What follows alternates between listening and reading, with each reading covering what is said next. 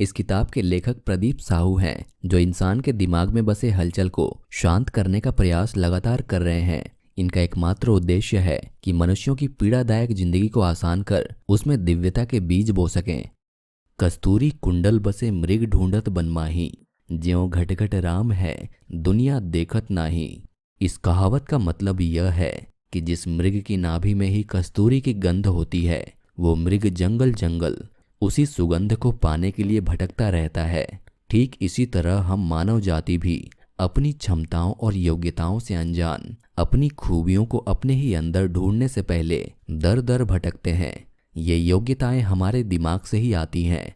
हम अपने चेतन मस्तिष्क का सिर्फ 15% ही इस्तेमाल कर पाते हैं, जबकि बाकी के 85% याददाश्त क्षमता हमारे सूक्ष्म चेतना और अचेतन मस्तिष्क में ही संचित रह जाती है। और ये 85% हिस्सा हम तभी नियंत्रित कर सकते हैं जब हम ध्यान के द्वारा मानसिक संतुलन बना पाएंगे। हम अपनी चेतना का 15% हिस्सा ही अपनी रोजमर्रा की जिंदगी में लाते हैं। अपनी चेतना का अत्यधिक उपयोग करने से ही हमें थकान, अचेतना और शारीरिक एवं मानसिक निर्बलता का एहसास होता है। हमारी गैर जिम्मेदारी और नज़रअंदाजी के कारण ही हमारा दिमाग इस तरह की कोलाहल से भर जाता है कि हम उस विधाता की आवाज़ सुन ही नहीं पाते जो हमें सही रास्ता चुनने की प्रेरणा देती है।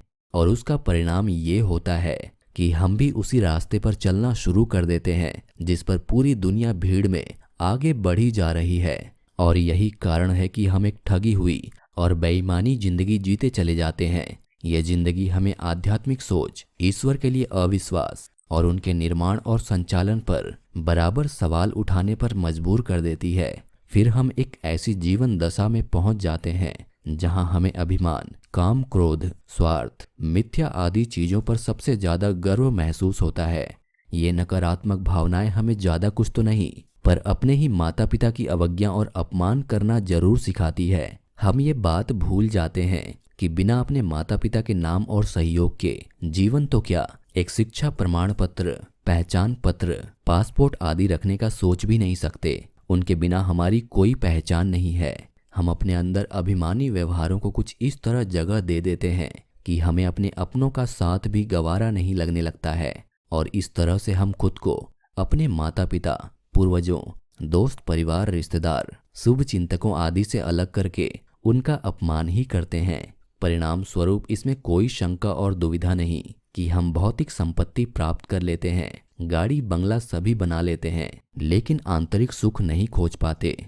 हीरो और मनकों से जड़ा हुआ बिस्तर तो बना लेते हैं, पर एक अच्छी और शांतिपूर्ण नींद के लिए तरसते रहते हैं। एक बड़ा परिवार तो बना लेते हैं, लेकिन अंदर ही अंदर अकेलेपन के एहसास में ही घुटते रहते हैं। हमारे सामने अच्छे अच्छे भोजन तो रखे होते हैं, पर भूख ही नहीं बचता। डॉक्टरों की सलाह से ही खाते पीते हैं, दवाई को भोजन और भोजन को ही दवाई समझते हैं। और अंत में हमें ना चाहते हुए भी इस सांसारिक सुख सुविधाओं से विदा लेनी ही पड़ती है। और अंतिम सुख की प्राप्ति तो परमात्मा के चरणों में ही होती है। ये सभी कष्ट और पीड़ादायक परिणाम पाने का कारण है हमारी लापरवाही और गैर जिम्मेदारी। लेकिन इस परिणाम से बचने का एकमात्र उपाय है संतुलित जीवनचर्या, सही खान पान, ध्यान और योग। इस तरह की जीवनचर्या कुछ पलों का कष्ट जरूर देगी, लेकिन इसके सकारात्मक और सफल परिणाम ज्यादा लंबे समय तक मिलते रहेंगे, जो कि जीवन के अंत तक आपका साथ निभाएंगे।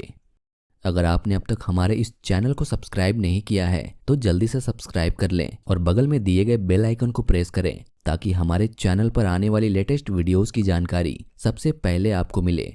अगर आप पूरी बुक पढ़ना चाहते हैं तो डिस्क्रिप्शन बॉक्स में दिए गए लिंक पर क्लिक करें और अमेज़न पर इस बुक को सब्सक्राइब करें।